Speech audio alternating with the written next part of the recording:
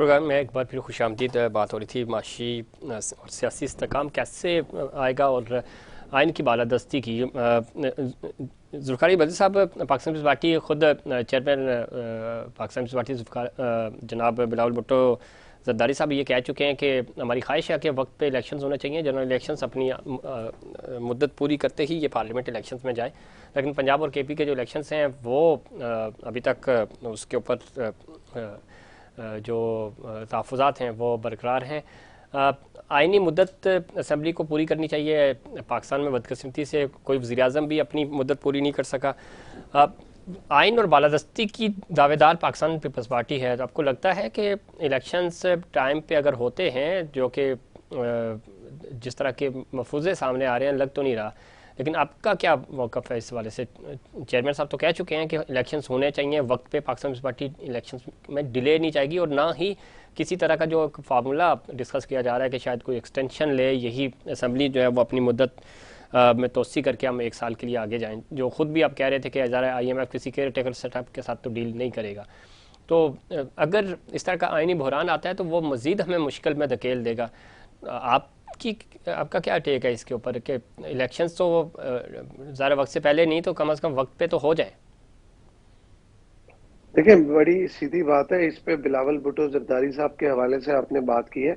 बिलावल साहब का तो बड़ा सीधा स्टांस है कि हम ना टाइम से पहले इलेक्शन चाहते हैं ना टाइम के बाद चाहते हैं। बिल्कुल। अगर टाइम के बाद भी होंगे तो हम उसकी मुखालफत करेंगे और हम इस चीज पे इंसिस्ट करेंगे कि जो टाइम मुकर्रर है आइन और कानून के अंदर उस पे इलेक्शन होने चाहिए।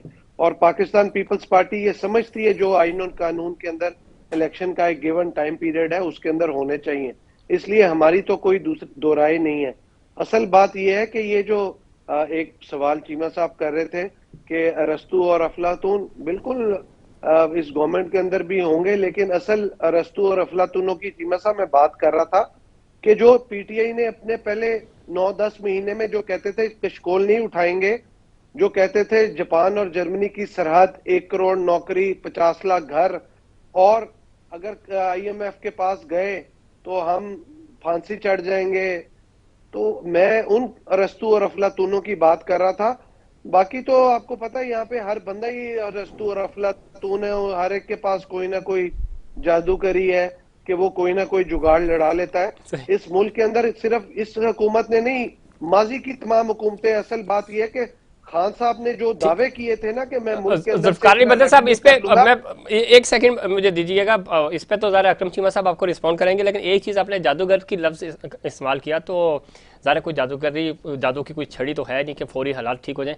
एक चीज़ है वो बड़ी ज़बरदस्त है। जनाब आसिफ अली जरदारी साहब जिस मिशन पे निकलते हैं वो अक्सरियत अकलियत और अकलियत अक्सरियत में बदल जाती है। तो सर वो उनकी जो ये तजर्बेकारी है वो ज़रा इकॉनमी पे भी कुछ करें ना, सेट के माहौल बन जाए कि पाकिस्तान थोड़ा सा ये जो बिल्कुल ही माइनस हो रहा है प्लस हो जाए।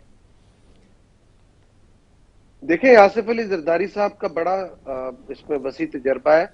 वो रवादारी इज्जत की सियासत पे करते हैं, लोग उनकी बात सुनते हैं, उनकी बात के ऊपर उनकी साथ खड़े होते हैं, और उनका इस चीज के ऊपर बयान आ चुका है। It was a policy statement कि जब अल्लाह ताला ने हमें मौका दिया, हम इस मुल्क को 180 डिग्री शिफ्ट कर देंगे, इस मुल्क को तरक्की की राह पे डाल देंगे।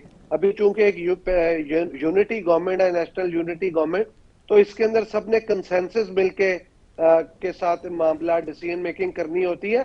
लेकिन जो बात खान साहब शुरू में कहते थे ना, इस मुल्क के अंदर, मैं अभी भी कहूंगा, अगर इस हुकूमत के अंदर बहुत सारे अरस्तू और अफलातून फेल हुए तो पिछली भी माजी की तमाम हुकूमतों में, खास तौर पे इमरान खान साहब ने जो इकोनॉमिकली और डिप्लोमेटिकली पाकिस्तान को आइसोलेट करके डैमेज किया है, वो इरिपेरेबल डैमेज है, वो उसको आप पूरा नहीं कर सकते। और जो वो क्लेम करते थे, देखें वो क्लेम क्या करते थे कि मैं मुल्क के बाहर से भी और मुल्क के अंदर से भी इतने पैसे इकट्ठे कर लूंगा कि जरूरत नहीं रहेगी।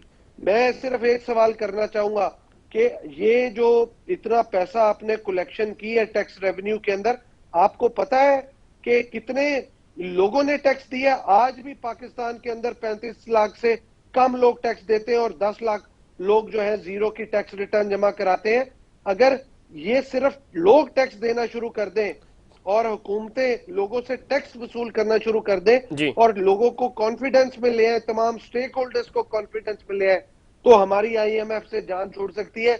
लेकिन उसके लिए फिर ये जो झूठ का मनगढ़ंत स्टोरी है कि 1 लाख नौकरी और ठीक 50 है लाख जुल्फकार जॉब, बस साहब, इससे हमें बाहर आना पड़ेगा। मैं जरा पूछ लेता हूँ ना, आप मौका दें चीमा साहब, इस पे रिस्पॉन्ड कर दें, फिर हम मियां साहब की तरफ जाएंगे। वो ये कह रहे हैं कि दावे आपके थे, अरस्तु सबसे ज़्यादा आपके पास थे, अफलातून आपके पास थे, आपने कहा था खुदकुशी कर लेंगे, नहीं जाएंगे, गो की बातें पुरानी हो गई हैं। उसके बाद खुद हुकूमत जो है वो पीडीएम की आई है, वो भी बेबस हो गए। लेकिन इस पर आप ज़रा रिस्पॉन्ड कर दें। जुल्फकार अली भुट्टो साहब ने दूसरी दफ़ा ये बात की है, तो मैं चाहता हूँ कि आप इसको इस पर रिस्पॉन्ड कर दें क्विकली। देखें, इसमें तो कोई दो राय नहीं है कि मुल्क इस हाल में जो पहुंचा है, जिस चीज की ये बात करते हैं कि कोविड के बावजूद अल्हम्दुलिल्लाह इमरान खान के रसूओं के दौर में 60 रुपए किलो आटा मिलता था, जो आज 150 रुपए किलो नहीं मिल रहा। उन रसूओं के दौर में तो अल्हम्दुलिल्लाह पाकिस्तान की अवाम को 150 रुपए लीटर पेट्रोल मिल रहा था, आज 250 रुपए से भी ऊपर है। तो देखें, ये बातें करना बहुत आसान है। हमारे दौर में अल्हम्दुलिल्लाह एहसास प्रोग्राम के जरिए पूरी जो हेल्प की गई अब वो आपके सामने है। तो हमारे दौर के अंदर अल्हम्दुलिल्लाह डैम की तामीर शुरू हुई एक तवील वक्फे के बाद। कितने चीमा साहब, ये तो 11 से 12 डैम जो है वो ज़ेरे तामीर है, छोटे बड़े मिला के। तो देखिए, बातें करना बहुत आसान है। 40 साल से तो इनकी हुकूमत थी जी। जिस वक्त अच्छा मेरे भाई ने अभी एक और बड़ी मजे की बात की कि 35 लाख टैक्स पेयर है। तो भाई, आप सिर्फ ये फिगर चेक कर लें कि जिस दिन पाकिस्तान तहरीक इंसाफ की हुकूमत आई, उस वक्त तो तकरीबन 18,62,000 टैक्स पेयर था पाकिस्तान। चीमा साहब, एक चीज और चीमा साहब, उन्होंने ये भी कहा कि जरदारी साहब कह रहे हैं कि जब हुकूमत हमें मिले फुल पावर के साथ, चीमा साहब सुनिएगा, तो वो कह रहे हैं कि हम इस मुल्क को भी ठीक कर देंगे, 180 डिग्री पे शिफ्ट कर देंगे, बिल्कुल तब्दील कर देंगे। सिंध में मुसलसल 15 साल से पाकिस्तान पीपल्स पार्टी की हुकूमत है और ज़बरदस्त हुकूमत है। ज़ाहिर कोई उनके साथ यहाँ पे फुल फ्लैश ही हुकूमत कर रहे हैं। एमक्यूएम को कुछ दिनों के लिए उन्होंने साथ मिलाया था। यही करेंगे ना कि अवाम समेत रातों रात बेच के निकल जाएंगे मुल्क को, और क्या करेंगे। नहीं, अब ये पहले किस्तों में मुल्क को बेचते थे, अब ये पूरे का पूरा ही बेच जाएंगे किसी को। तो आप खुद सिंध में ज़ाहिर सिंध की सियासत करते हैं, सिंध से आप एमएनए बने थे, तो आपको लगता है कि कुछ डेवलपमेंट कर पाएगी पाकिस्तान पीपल्स पार्टी? ये तो चलो आप कह रहे हैं कि बेच ही देंगे मुल्क को, लेकिन कुछ डेवलपमेंट। 15 साल से मेरे सूबे के अंदर इनकी हुकूमत है, खैर से बिला शिरकत गैरे भी कहूंगा साथ में, जिसमें 5 साल वफाक में भी इनकी हुकूमत रही। बिल्कुल। और इस वक्त तो सूरत हाल ये है कि चंद माह पहले इन्हीं के वजीर तालीम जो है वो floor of the house Sindh assembly के अंदर खड़े होकर ये बयान दे रहे थे कि 1,40,000 असातिज़ा हमारे पास हैं, जिसमें से 40,000 नौकरियों पे आते हैं, 1 लाख का पता ही नहीं। ठीक है, हर साल यहाँ पर अरबों रुपए की गंदम सिर्फ चूहे खा जाते हैं भाई। ठीक है कोई ऐसा सूबा पूरे पाकिस्तान के अंदर जिसके अंदर सिर्फ और सिर्फ महकमा खुराक के अंदर जो गबन है वो तकरीबन 100 से 125 अरब रुपए का सालाना। चीमा साहब, इसमें हो ये रहा है कि ये आप जो बातें कर रहे हैं, ज़्यादा मीडिया रिपोर्ट भी करता है और ये चीज़ें हुई भी हैं, फिर क्या वजह है कि ये इन्हीं केसेस से बरी हो जाते हैं? तो आगे चीज़ें चल क्यों नहीं पाती? हमने देखा कि आप जो बात कर रहे हैं, गंदम की ज़ख़ीरा अंदोज़ी हो, करप्शन हो, फालूदे वालों के पैसे हों, जगह जगह से चीज़ें आती हैं, लेकिन इन्हीं केसों में तो अदालतों ने छोड़ दिया, बरी हो गए। तो ये फिर पाकिस्तान पीपल्स पार्टी और जुल्फकार अली भुट्टो साहब ये कहते हैं कि अगर कोई केस होता, उसमें जान होती, तो हमें सजाएं होती ना। देखिए, इनको सजाएं कैसे हो सकती है? इधर तो लाइन के साथ जो इनके गवाहान है उनको हार्ट अटैक हो जाता है। अयान अली रेड हैंडेड आपके सामने पूरे मीडिया के सामने पकड़ी गई, उससे $5 लाख भी बरामद हुआ और वो तफ्तीशी जो है ना सड़क पे जाता हुआ मार दिया गया। तो देखें, कौन इनके ऊपर हाथ डालेगा भाई, कौन इनके ऊपर हाथ डालेगा? ये हमेशा से ये कानून से मुबर्रा तबका रहा है, और यही जंग तो इमरान खान लड़ रहा है कि ताकतवर के लिए अलहदा कानून है इस मुल्क के अंदर और आम आदमी के लिए अलहदा कानून है। सर, ये जेलें खत्म कर, इसमें राव अनवार और उज़ैर बलोच वाज़ेह मिसाल है। जुल्फकार अली भुट्टो साहब, 1 मिनट में क्विकली इस पर रिस्पॉन्ड कर देते, तो फिर हम थोड़ा सा पॉलिटिकल डायलॉग की तरफ जाएंगे। जो चीमा साहब बातें कर रहे थे, इस मुल्क में अमीर और गरीब के लिए, कमजोर और ताकतवर के लिए कानून होना चाहिए। इस मुल्क में जो कानून आसिफ अली जरदारी साहब के लिए वही इमरान खान साहब के लिए भी होना चाहिए। ठीक। इस मुल्क में अगर आसिफ अली जरदारी साहब का हिसाब हुआ है तो इमरान खान साहब का भी होना चाहिए कि इमरान खान साहब तो जहेज के घर में जहेज में घर लेके रहे 300 कनाल का, उनको जहांगीर तरीन और अलीम खान सारी जिंदगी पाले, 1 रुपए का कारोबार नहीं, 1 रुपए की कभी उन्होंने नौकरी नहीं की, और उन्होंने मुल्क को जिस दोराए पे लाके खड़ा किया वो इररिपेयरेबल लॉस है। आप अगली चीज सुन लेना जरा प्लीज। जी। असल बात यह है कि आसिफ अली जरदारी साहब को तो सारे अदालतों ने बरी किया हुआ है। अगर उनसे कोई जाती बुगस और जाती हसद से हटके कोई सवाल है या कोई प्रॉब्लम है तो कोर्ट में जाके केस करें, उन्होंने जैसे पहले किया। अगर खान साहब इतने बड़े बहादुर होते और असल लीडर होते अवाम के तो वो कभी ये ना कहते कि पहले अवाम अपने लिस्टें बनाए और जेल में जाए और उसके बाद फिर रह जाऊंगा और मेरा इस टाइम पे जमान पाक में रहना जरूरी है। असल बात यह है कि ये पॉलिटिकल स्टेटमेंट हो जाएगी।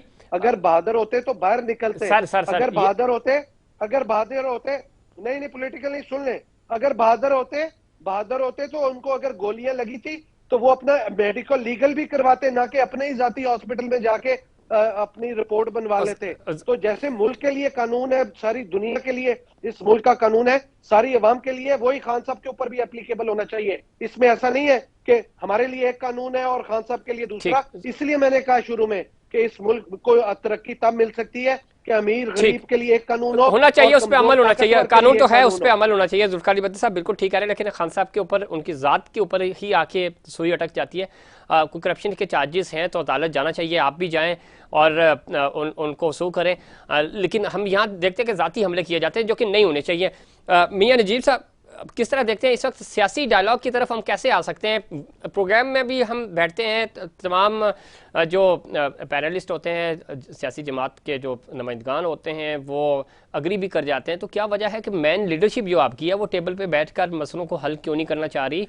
देखिए, सियासत तो आपने ही करनी है। आज आप हुकूमत में हैं, कल पीटीआई होगी या जुल्फिकार अली बदर साहब की पार्टी होगी या कोई XYZ कोई होगी। तो मिलजुल कर फैसले करें ताकि हम इस दलदल से बाहर आएँ।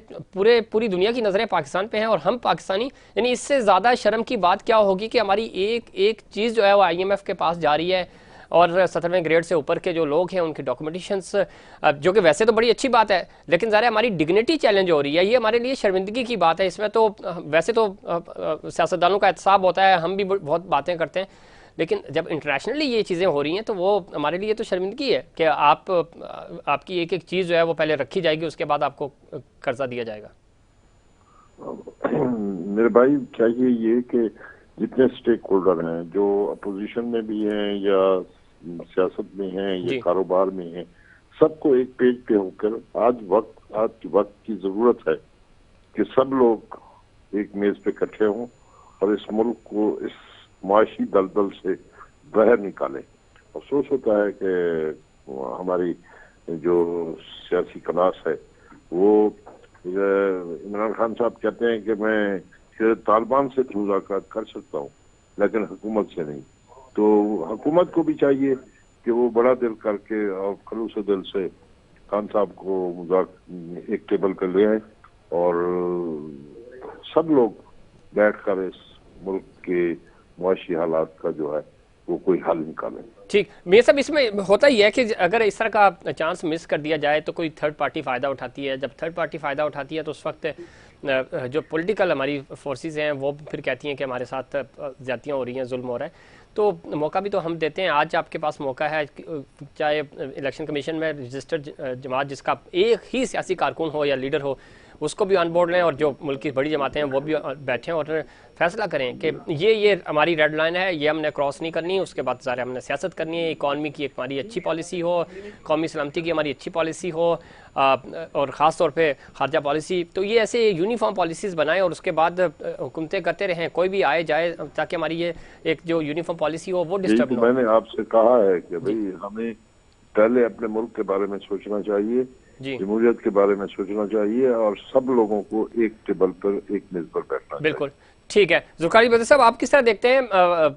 यही सवाल आपसे है कि ज़रा वसीतर मफाद में 2007 में मिसाक जमहूरियत होता है, वो जमातें जो एक दूसरे को बहुत कुछ कहती थी, ज़ाहिर वो रिपीट भी नहीं कर सकते, वसीतर मफाद में ऑन टेबल हो जाते हैं। अभी भी आप ज़ाहिर PDM इत्तेहाद में आप खुद भी रहे, आप ज़ाहिर बाहर हैं, लेकिन आप इत्तेहादी हैं हुकूमत के। एक दूसरे के बारे में शहबाज शरीफ क्या कहते थे, नवाज शरीफ साहब क्या कहते थे, जरदारी साहब क्या कहते थे, तो आज आप बैठे हैं ऑन टेबल। तो क्या वजह है कि इस वक्त पाकिस्तान तहरीक इंसाफ भी किसी हद तक चाह रही है कि डायलॉग की तरफ आया जाए, लेकिन हुकूमत का वो रवैया ही नहीं है, जो कि हमें भी नज़र आता है। वो एटीट्यूड क्यों नहीं आ रहा कि हम जमहूरी तरीके से चीज़ों को हल करें? नहीं हल करेंगे तो कोई दूसरा तीसरा ही फ़ायदा उठाएगा इस सूरत हाल का। जुल्फ़िकार साहब, देखें, इसके अंदर बड़ी क्लियर चीज़ है कि माजी में जो आपके पॉलिटिकल ओपोनेंट्स होते हैं, आप एक दूसरे के खिलाफ बात करते हैं, बट इस टाइम पे जो पाकिस्तान पीपल्स पार्टी की लीडरशिप ने, बिलावल भुट्टो जरदारी साहब ने मौके की मुनासबत से समझा कि हमें मुल्क के अंदर पाकिस्तान और पाकिस्तान के अवाम को जो मौजूदा मुआशी और सियासी सूरत हाल से गुजर रहे हैं, एक अनस्टेबिलिटी है, इस पे सबको इकट्ठा करने की जरूरत है। पहले PDM इस बात पे एग्री नहीं कर रही थी, बाद में वो एग्री की, तो आप देखें कि सब ने मिलके स्टेक होल्डर बने और आईनी और कानूनी तरीके से गवर्नमेंट को भेजा इमरान खान साहब की। लेकिन उसके बाद अब जरूरत इस अमर की इस टाइम पे है कि इस टाइम पे भी तमाम political forces, stakeholders, head of political parties including establishment, तमाम लोगों को एक डायलॉग के लिए एक टेबल पे आना जरूरी है। हाँ, गवर्नमेंट ने अभी एक इनिशिएटिव लिया, प्राइम मिनिस्टर ने APC का, उस APC के अंदर इमरान खान साहब को भी इनवाइट करना चाहिए और इनको जाना चाहिए। अगर गवर्नमेंट इनको इनवाइट नहीं करती तो फिर मैं समझता हूँ गवर्नमेंट की तरफ से ज्यादती है। और अगर गवर्नमेंट इनवाइट करती है, गवर्नमेंट इनवाइट करती है और इमरान खान साहब नहीं जाते तो फिर उनकी मेलाफाइडी है। ठीक है, तो ये वक्त कम है। जुल्फ़िकार साहब, हुकूमत इनवाइट तो कर रही है, एक तरफ इनविटेशन देते हैं, उसी लम्हे कोई ना कोई बंदा पाकिस्तान तहरीक इंसाफ का उठा के जेल में डाल देते हैं। तो ये भी थोड़ी देर के लिए सीज फायर कर लिया जाए ताकि मामला आगे बढ़े ना, कैसे कोई इब्तिदा तो हो। सर, जब टेबल पे बैठेंगे हर चीज तय हो जाती है। जब टेबल पे बैठ के पाकिस्तान के ग्रेटर इंटरेस्ट में, पाकिस्तान के लोगों के ग्रेटर इंटरेस्ट में आप चीज तय करें, ये जो बंदों के पकड़ने वाले मैटर हैं, ये छोटे निटी ग्रिटीज रह जाती हैं। ठीक हो गया, सारे तय हो जाते हैं, तय हो जाएंगे। अब अकरम चीमा साहब, आपका टेक सर इसके ऊपर आप किस तरह देखते हैं? APC में आपको जाना चाहिए, जो कि आपका थिंक टैंक सोच भी रहा है कि शायद जाएंगे और अपना पॉइंट ऑफ व्यू रखेंगे, अपना इनपुट देंगे। और वैसे भी वसीतर मफाद में ज़ाहिर आप लोगों ने ही सियासत करनी है इस मुल्क में, तो ये सियासी सेटअप होगा तो ज़ाहिर आगे बढ़ेंगे ना आप भी। देखिए, सियासतदानों से बात हो सकती है, इसमें कोई शक नहीं है। सियासतदानों से बात हो सकती है, डाकुओं से बात नहीं हो सकती। इस मुल्क के अंदर 40 साल से बदकिस्मती से कहूंगा कि म्यूजिकल चेयर थी। एक इक्तदार में होता था, दूसरा उसको चोर कह रहा होता था, उसका पेट फाड़ने की बातें कर रहा होता था, उसको सड़कों पे घसीटने की बातें कर रहा होता था। हमारी 40 साल मेरी जिंदगी इसी चक्कर को देखते हुए गुजरी है। दूसरा आता था, वो कहता था कि इससे बड़ा चोर कोई नहीं। और दोनों का मसला नजर एक था। अब जिस वक्त तीसरी पार्टी आई, वो पाकिस्तान तहरीक इंसाफ की सूरत में इस मुल्क के अंदर, और उसने आके जिस वक्त यहाँ पर प्राइम मिनिस्टर बने इमरान खान, तो अब ये दोनों के दोनों जो 40 साल से एक दूसरे को चोर कह रहे थे, इकट्ठा होके तो उसके खिलाफ ये आए हैं हुकूमत में। ये तो आओ मिलकर खाते हैं एंड कंपनी बनी है, उसकी हुकूमत इस पाकिस्तान के ऊपर मुसल्लत की गई है बैरूनी ताकतों के ईमान के ऊपर। जी साहब, वक्त खत्म हो रहा है। APC में जाएंगे, इस हद तक डैमेज करवा दिया जाए कि इस मुल्क के अंदर बचे ही कुछ ना। और आज आपको नजर आ रहा है कुछ बचा हुआ इस मुल्क के अंदर, खजाना खाली, पेट्रोल लोगों के लिए नायाब हो गया, और ये सिर्फ और सिर्फ एक ही चीज से भाग रहे हैं, राग लाते हैं जमहूरियत का और भागते हैं इलेक्शन से। ठीक, तो इसके अलावा कौन सी APC में जाएंगे सर? नहीं जाएंगे, वक्त खत्म हो गया। जी, मैं समझता हूँ ऐसी APC में जाना बिल्कुल बेकार है, बिल्कुल बेकार है। तो अगर नहीं जाएंगे तो ज़रा डायलॉग कहाँ से शुरू के किस बात के मुज़ाकरात। बहुत शुक्रिया आप तीनों मेहमानों का, लेकिन ज़ाहिर किसी तरह टेबल पे तो बैठना पड़ेगा और मुज़ाकरात की तरफ जाना पड़ेगा, नहीं तो चीज़ें कैसे बेहतर होंगी और पाकिस्तान तरक्की की तरफ कैसे गामज़न हो सकेगा और सियासी माहौल कैसे बेहतर होगा। उसके लिए ज़रूरी है कि तमाम स्टेक होल्डर्स ऑन बोर्ड हों और पाकिस्तान का सोचें। पाकिस्तान है तो आपकी सियासत है। नाज़रीन, ये तुम्हारा आज का प्रोग्राम, उम्मीद करता हूँ दीगर प्रोग्राम की तरह आज का प्रोग्राम भी आपको पसंद आएगा। मुझे और इनसाइड पाकिस्तान की पूरी टीम को दीजिए इजाज़त। अल्लाह निगहबान।